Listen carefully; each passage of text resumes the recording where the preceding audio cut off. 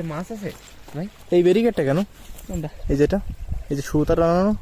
ওটা মনে করো যে ওই জীবজন্তুর বাইরে আসতে একটু অসুবিধা হয়, বাইরে কারেন্ট দাও মনে হয়। কারেন্ট দেয় মাঝে সাঝে, ও এখানে কারেন্টের লাইন দিয়ে দেয়।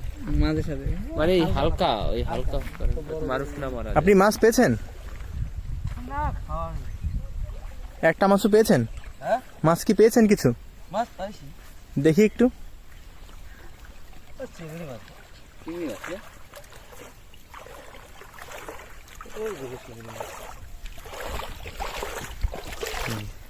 ও কি মাছ দেখি?